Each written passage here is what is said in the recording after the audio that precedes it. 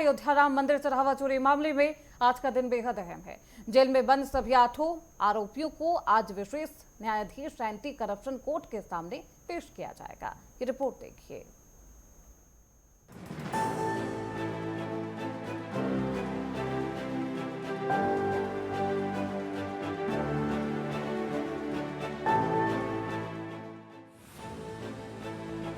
अयोध्या में राम मंदिर चढ़ावा चोरी के मामले में सभी 8 आरोपियों को आज विशेष न्यायाधीश एंटी करप्शन कोर्ट के समक्ष पेश किया जाएगा। सुरक्षा की दृष्टि से सभी आरोपियों को कोर्ट के समक्ष वीडियो कॉन्फ्रेंसिंग के जरिए हाजिर किया जाना है और इसकी संभावना जताई जा रही। इससे पहले 13 जुलाई को वीडियो कॉन्फ्रेंसिंग के माध्यम से हुई पेशी में प्रभारी न्यायाधीश एंटी करप्शन कोर्ट प्रतिभा नारायण ने सभी आरोपियों की न्यायिक अभिरक्षा रिमांड को 27 जुलाई तक के लिए बढ़ाया था। आज विशेष न्यायाधीश भ्रष्टाचार निवारण अधिनियम कोर्ट रजत वर्मा की अदालत में विवेचक आशुतोष तिवारी द्वारा रिमांड बढ़ाए जाने के लिए प्रार्थना पत्र प्रस्तुत किए जाएंगे, जिस पर अदालत सुनवाई के बाद आदेश पारित करेगी। इस मामले में जेल में बंद आरोपी सुभाष श्रीवास्तव के पेंशन बैंक खाते से जुड़ी रोक को हटाने के मामले पर भी आज अदालत में सुनवाई तय है। 23 जुलाई को सुनवाई के दौरान विवेचक की रिपोर्ट से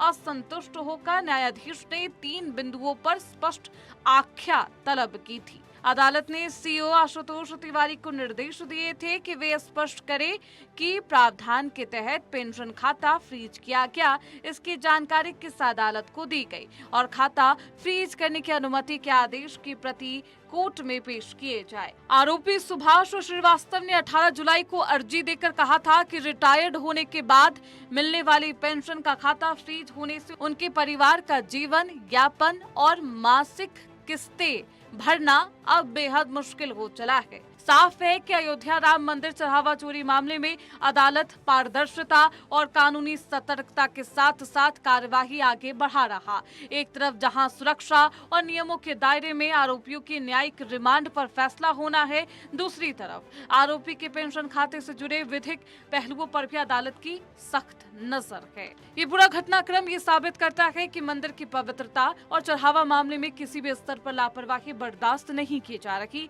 और न्यायिक प्रक्रिया पारदर्शिता निष्पक्षता से अपना तय रास्ते पर आगे बढ़ रही है। Bureau report, network 10।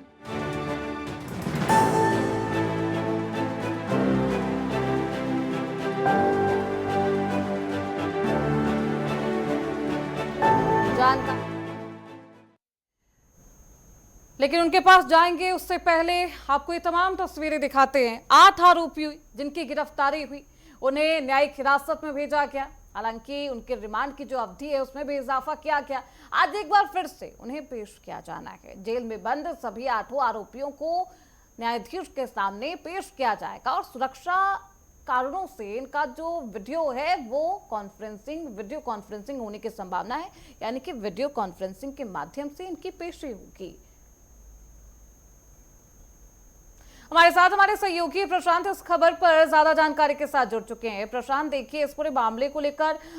कई सवाल अभी भी हैं, एसआईटी की रिपोर्ट भी है, लेकिन क्या कितने बजे पेशी होनी है, क्या पेशी हो चुकी है, वीडियो कॉन्फ्रेंसिंग के माध्यम से पेशी हो रही है, इसकी कोई खास वजह? जी बिल्कुल, देखिए अगर बता दें जिस तरीके जो 8 आरोपी हैं जो राम मंदिर के दानपेटी में पैसा गायब होने के बाद एसआईटी टीम का रिपोर्ट में नाम आया था, उसके बाद जब इन लोगों का जो नाम आया है, साफ तौर पे इन लोगों को जो 8 लोग थे, 8 लोग की अगर बात करें जो आज सुनवाई होनी है वीडियो कॉन्फ्रेंसिंग के द्वारा सुनवाई इसलिए होना है क्योंकि जिस तरीके 8 आरोपी है, क्योंकि राम मंदिर का एक बड़ा मामला है और सभी लोगों की नजर बनी हुई है इस पर। साफ तौर पर मीडिया भी बार बार एक एक चीज पल पल की रिपोर्ट चाहती है, तो कहीं ना कहीं उन लोगों की साफ तौर पर, चाहे जो विवेचक आशुतोष तिवारी हो, जो एसओजी प्रभारी अमरीश त्रिपाठी हो, जो अनधिकारी लोग इसमें मौजूद हैं, उस तरीके के वो लोग जब तक प्रॉपर रिपोर्ट निर्णय मान्य कोर्ट द्वारा नहीं आता तब तक कोई उत्तर नहीं दे सकते। इन सभी को लेकर 8 आरोपियों को बाहर निकाला थोड़ा मुश्किल है उन लोग के लिए होता है, इसलिए 8 लोगों के अंदर जो अयोध्या का डिस्ट्रिक्ट जेल है, जिला कारागार है, वहीं से वीडियो कॉन्फ्रेंसिंग से 8 लोगों को जो पेशी है वो होते हुए दिखाई दे रहा है। जिस तरीके बात करें आज की, तो करीबन 13 से 14 दिन का समय लोगों को बढ़ाते हुए मिला था। उसके बाद समय बढ़ाने के बाद इन लोगों को आज पेशी होनी है वीडियो कॉन्फ्रेंसिंग के द्वारा। इन जो पेशी होनी है तो इसमें विवेचक आशुतोष तिवारी पूरी रिपोर्ट्स बनाए रहेंगे, सभी लोग उसमें मौजूद रहेंगे।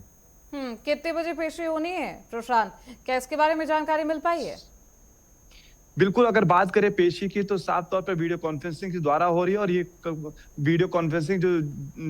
अयोध्या के डिस्ट्रिक्ट कोर्ट है वहां पे सुनवाई शुरू हो चुकी है, वीडियो कॉन्फ्रेंसिंग के द्वारा शुरू की जा चुकी है और साफ तौर पर अगर बात करें तो 8 लोगों के उसमें मौजूद हैं। किस तरीके इन लोगों की संलिप्तता थी, किस तरीके क्या जो अभी भी रिपोर्ट्स बनाई गई थी। अधिकारी रिमांड की अवधि को बढ़ाने की मांग कर सकते हैं? जी बिल्कुल, देखिए साफ तौर पर जिस तरीके सुप्रीम कोर्ट का निर्णय आया है कि एसआईटी की फिर से गठन हो और जिस तरीके लोगों का आरोप प्रत्यारोप लग रहा है कि एसआईटी के ऊपर उन सभी को भरोसा नहीं था, इन सभी को लेकर अगर बात करें आज की तो आज जिस तरीके 13 से 14 दिन बाद न्यायालय का रिपोर्ट आने के बाद फिर से सुनवाई हो रही है और सुनवाई होने के बाद अगर बात करें आज की तो साफ तौर पर जिस तरीके जो 8 आरोपी हैं उनके वकील भी मौजूद रहेंगे क्योंकि जिस तरीके उन सभी 8 में से एक सुभाष नाम का व्यक्ति जो था जिसका भी नाम उसमें दर्ज है तो उसके तरीके जिस तरीके उसका अकाउंट फ्रीज कर दिए हैं वो उसका साफ तौर पर ये भी कहना है उनके वकील द्वारा कि उसी जो सैलरी अकाउंट क्योंकि वो पुराना बैंक कर्मचारी था उसी में उसकी एक सैलरी आती है, उसी से उनके घर परिवार का जो व्यापन है, खान पान है, सभी तो चीजें उस क्यों पर निर्भर इनका है। बैंक जो अकाउंट है वो फ्रीज किया गया है, क्या वजह बताई जा रही है? क्या बाकी आरोपियों के भी बैंक खाते जो है वो फ्रीज कर दिए क्या?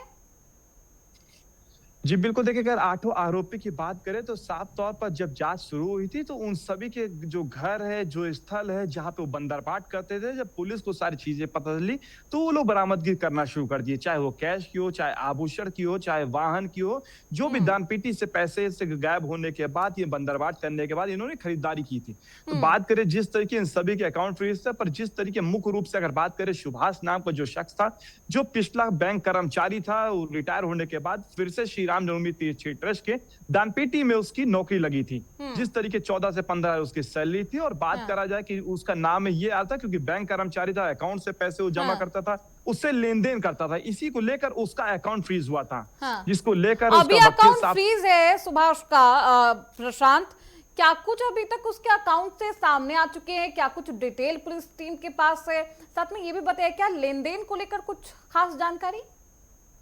जी बिल्कुल, देखिए अगर बात करें तो साफ तौर पर अगर आज इसीलिए जल्दबाजी होगा कहना क्योंकि जिस तरीके कोर्ट का निर्णय आना है और साफ तौर पे पूछताछ कर रही है। अगर बात करें जो 8 आरोपी है तो किस तरीके उन 8 आरोपी के घर से कितनी बरामदगी हुई थी, कितने आभूषण क्या बरामद हुए थे नहीं, क्या वाहन बरामद हुए, किन लोगों से जैसे जो नाम मुख्य रूप से नाम आता लव कुश मिश्रा और अन्य लोगों का नाम आ रहा था टिन्नू इन लोगों का, तो इनके साफ तौर पर जिस तरीके अगर बात करें तो उनके घर से वाहन भी बरामद हुए, आभूषण बरामद हुए, 20-20 लाख रुपए बरामद हुए। इन सभी को लेकर आज जो विवेचक आशुतोष तिवारी विवेचक हैं ये साफ तौर पर निर्णय प्रस्तुत करेंगे जज के सामने और जिस तरीके जब पेश करने के बाद ही जब निर्णय आता है कि तो साफ तौर पर पता चलता है कि किस तरीके किसके यहाँ कितनी उतनी संलिप्तता थी या नहीं थी। तो देखिए संलिप्तता क्या थी, बैंक अकाउंट खंगाले जा रहे हैं, लेन देन कहां कहां किया जाता था, किस तरीके से किया जा रहा था, पैसों का ट्रांसफर, इन तमाम पहलुओं पर जांच की जा रही है। आज देखना बेहद दिलचस्प होगा कि क्या 8 आरोपियों को जो हिरासत में लिया क्या गिरफ्तारी की गई है, क्या रिमांड की जो अवधि है वो और बढ़ाई जाती है। लेकिन एक और बेहद अहम सवाल है क्योंकि एसआईटी की जो टीम है उसका फिर से एक बार गठन होना है, इसमें क्या अभी और भी समय लगना है, इसको लेकर क्या कुछ जानकारी मिल रही है? क्या नए सिरे से सब कुछ एक बार फिर से जांच होनी है प्रशांत? जी बिल्कुल देखिए सुप्रीम कोर्ट द्वारा निर्णय आया है कि एक बार एसआईटी टीम का फिर से गठन हुआ है और गठन में 3 जो आईपीएस ऑफिसर हैं जो अयोध्या के